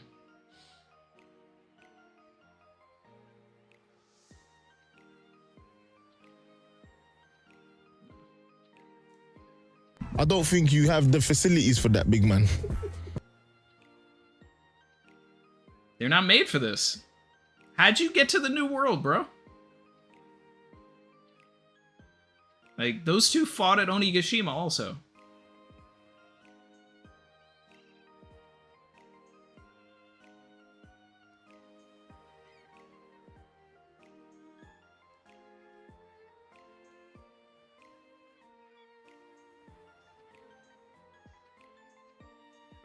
I love how Shanks says nothing. It's just like, all right, cool.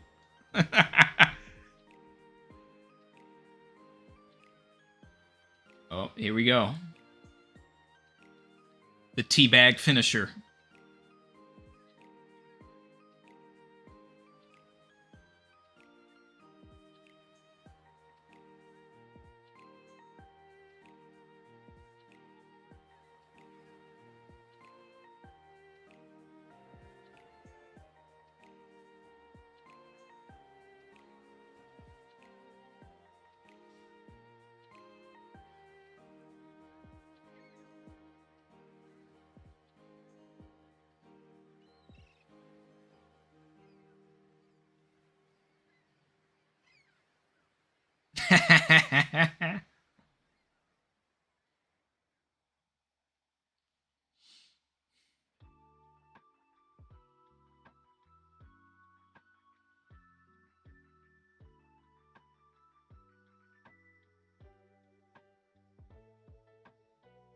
You love to see it. Flags burning up. Symbolically, their dream is burning up as well. This man's falling in the water. It's a wrap.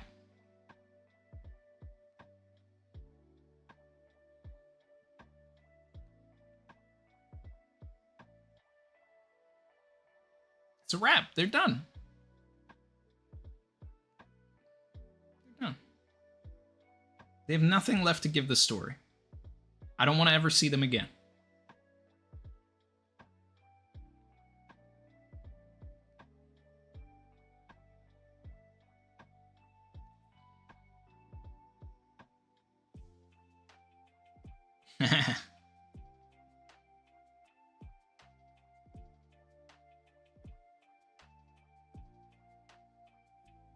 That's it.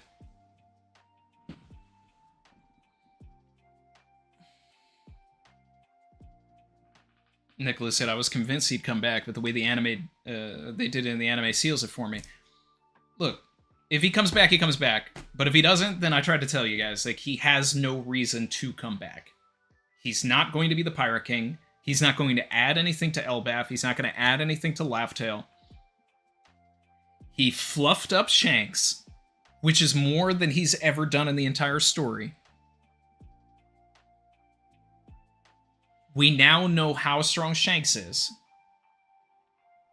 Everything that Kid had done up until that point was to get one-shotted by Shanks, so that if Shanks gets beaten later in the story, we have a scaling thing where it's just like, oh, wow. But if Shanks could one-shot Kid, and this person beat Shanks, then like, oh, you know, like, I mean, if it's Blackbeard or whatever. Not that I'm like huge on that idea of everything anyway, but Oda has that lane open for him now.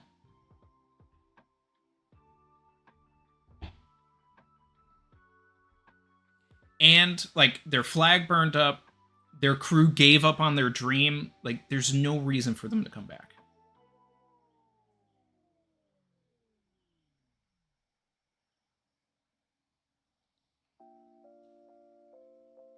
All right, we got the Hunterpedia.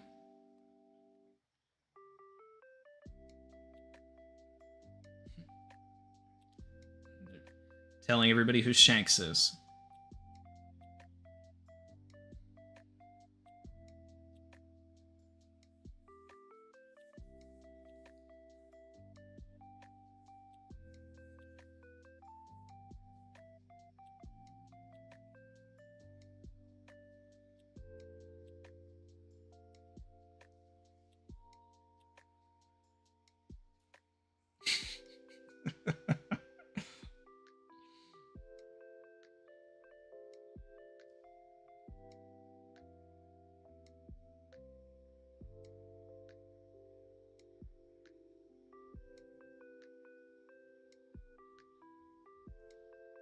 Wheezy said Dorian Brokey do the Nika dance in the middle of the attack.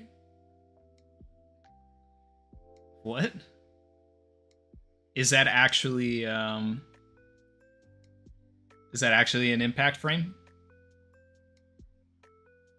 That's got to be on Twitter, right?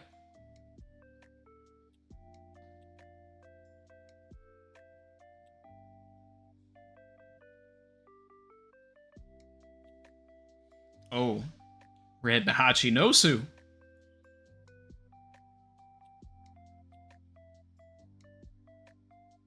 Oh yeah, we're getting into the sword stuff.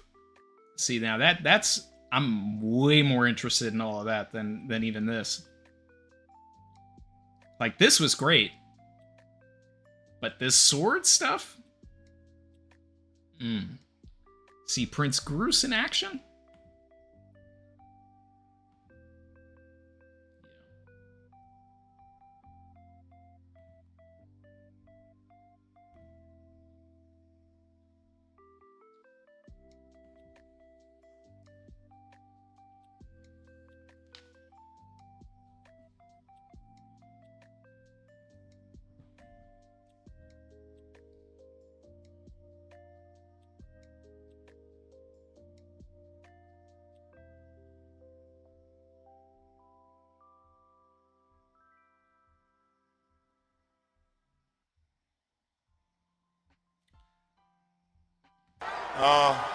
It's about damn time.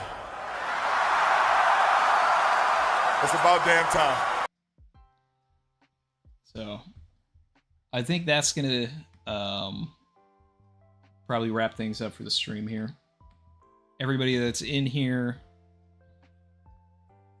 you know, with all of the streams going forward, if it ends, you just drop like any sort of comment, or make sure that there's likes on the streams and all that. If you're feeling the vibe, I can't tell you guys what to do, but it helps. And then yeah, like I said earlier, we'll be back here for 11:21, which there should be no break. We got the Clover flashback. We got Lilith being smart, which I really enjoyed. Atlas also being smart. Sacrifice of Atlas, totally on board with that. R.I.P. Kuda bursting out of there. Emmett tried to do something cool. Too rusty. And Vegapunk tried to tell us more of the message, but it's I just gotta wait and see with all of that.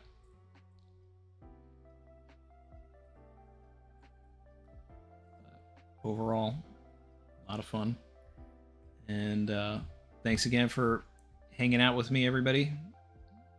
Got another chapter in the books here, and we even got to experience some peak Shanks defeating Kid. Oh man. Alright. And it was the first time we got an 19 page chapter in a long time. Now the last few were 13, but even before that we were getting 15 page chapters, and we were like tapping out at like 16, 17 for a while. So this was the longest chapter maybe of the year. I don't know, or like at least in 6 months, I want to say. And that might sound like hyperbole, but I really feel like I'm pretty accurate. It's been months. It's definitely been months. So I'll see everybody next week. Thanks again for hanging out. Bye, guys.